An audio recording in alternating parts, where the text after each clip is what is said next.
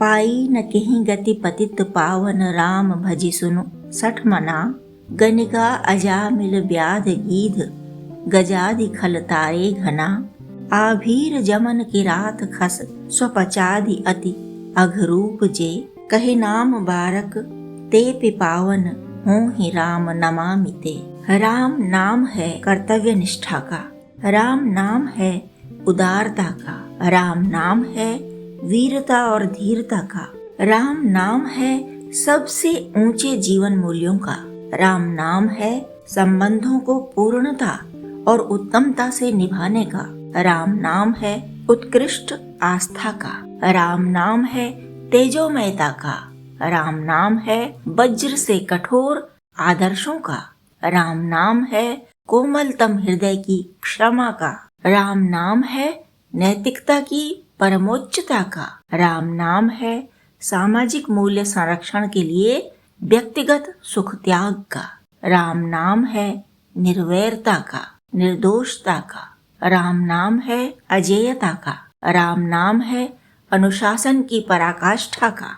यदि मानव जीवन का संविधान ढूंढा जाए तो वह श्री राम के अतिरिक्त और कुछ हो नहीं सकता। उर अनुभवति न कह सक को कवन प्रकार कहे कवि को। तुलसीदास जी ने ही यह कह दिया कि यह अनुभव ऐसा है कि बस उर में अनुभूति होती है, ऐसा अनुभव जिसे व्यक्त करने में कवि भी असमर्थ है। इस दिव्य अनुभव के लिए हृदय में स्थान तो होना चाहिए। हृदय यदि दुनियादारी के कबाड़ से भरा है, सांसारिकता के कूड़े से भरा है, तो भक्ति का अमृत घट उसमें स्थान कैसे पाएगा। एक तो यह कलयुग है, निकृष्टतम युग, सबसे घटिया समय। ऐसे समय में हमने जन्म लिया है। इससे स्वतः सिद्ध है कि हम उत्कृष्ट आत्मा नहीं हैं। आवश्यक है कि अपनी आत्मा के विकास के लिए कार्य करें। भौतिक उन्नति के लिए हाथ पैर मारने में इतने व्यस्त न हों कि आध्यात्मिक विकास की बात ही भूल जाएं। एक पक्षीय उन्नति कभी भी संपूर्ण उन्नति नहीं बन सकती। अधूरे नहीं, पूर्ण विकास को महत्व दीजिए।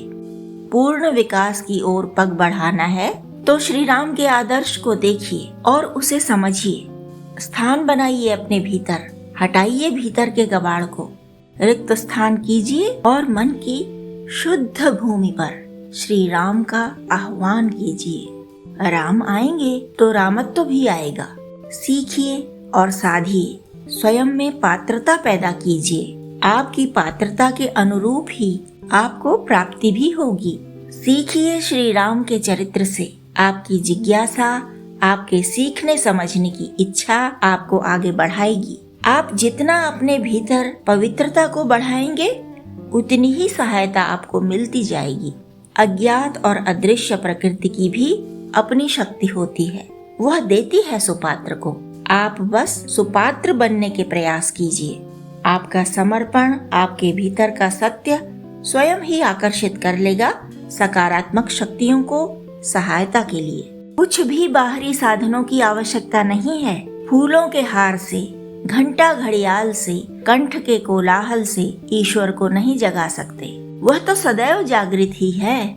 जागृत है भक्तों के हृदय में, जागृत है पवित्र आत्माओं के अंतःकरण में, जागृत है राम नाम जापकों के भीतर, जागृत है विशुद्ध सत्य को समर्पितों में। सब बाहरी साधन आपके भटकते मन को स्थिर करने के लिए ही हैं। आप अपने भीतर की स्थिति को देखें और सुधारें।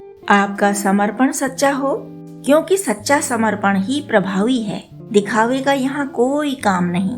आप अपनी सास को या बहू को या पड़ोसियों को या संबंधियों को दिखाने के लिए जो कुछ भी गतिविधियां करते हैं, वे सारी गतिविधियां, वे सारे आयु भर के क्रियाकलाप प्रभु के आगे शून्य महत्व के हैं। तो उन सब गतिविधियों से आपने क्या पाया? कुछ भी नहीं। आपने केवल खोया है, अपना अमूल्य समय खो दिया, अपना पवित्र हृदय कूड़े से भर दिया, अपने भीतर आप ही दिखावे के बीज डाल दिए। और फिर क्या हुआ? सभी जानते हैं कि खरपतवार बिना किसी देखभाल के, बिना किसी खाद पानी के भी बढ़ जाता है, फैल जाता है। लेकिन आपको अच्छा अन्न चाहिए, अच्छे फल चाहिए, अच्छे फूल चाहिए तो आपको देखभाल करनी होगी, खरपतवार से बचाव करना होगा। दिखावा तो स्वयं ही खरपतवार है, भयंकर खरपतवार। यदि त्याज्य को आपने ग्रहण कर लिया, अस्वीकार्य को आपने स्वीकार कर लिया, तब कैसे कल्याण होगा। अपने भीतर की पवित्रता को बढ़ाने के लिए बाहरी वातावरण को भी शुद्ध और पवित्र बनाइए। आप वातावरण की सहायता कीजिए, वातावरण आपकी सहायता करेगा। शुद्ध पवित्र घर में, शुद्ध पवित्र वातावरण में स्वाभाविक रूप से आपके भीतर की शुद्धता और पवित्रता का विस्तार होगा। दिखावे से आप दूर होते जाएंगे, ईश्वर के निकट होते जाएंगे। प्रभु की कृपा पाने के लिए पात्रता आप में आने लगेगी, बढ़ने लगेगी। स्वयं श्री राम इतने आदर्श दिखा गए हैं कि जो भी मानव वास्तविक उन्नति करना चाहेगा, वह उनके चरित्र के आदर्श से सीख कर आगे बढ़ पाएगा, बढ़ लेगा। सौतेली माता, वह भी राजपाट छीन लेने वाली, तब भी सम्मान में कोई कमी नहीं की श्री राम ने। सौतेला भाई, जिसके लिए उनका राज तिलक स्थगित हुआ, वह भाई भी उतना ही प्रिय जैसे अन्य भाई। पिता वनवास दे अकारण ही, तब भी स्वीकार्य। हर आदेश पिता का शिरोधार्य। पति ऐसे आदर्श कि पत्नी की खोज में विराट भूभाग में पैरों पैरों चलते रहे। कोमल हृदय इतना कि साधारण व्यक्ति की तरह अश्रु विगलित हुए।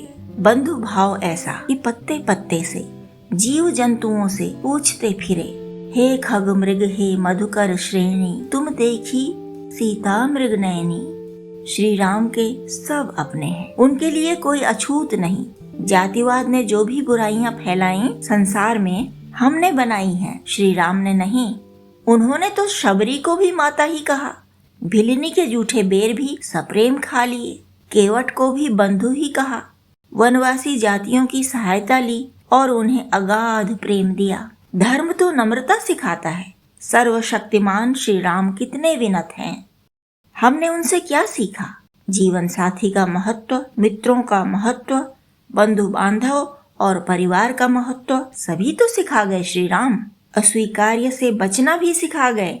पिता की तरह बहु विवाह नहीं किया। राजधर्म के आगे पति धर्म को छोटा समझा। जन जन के सुख के लिए अपना व्यक्तिगत सुख त्याग दिया।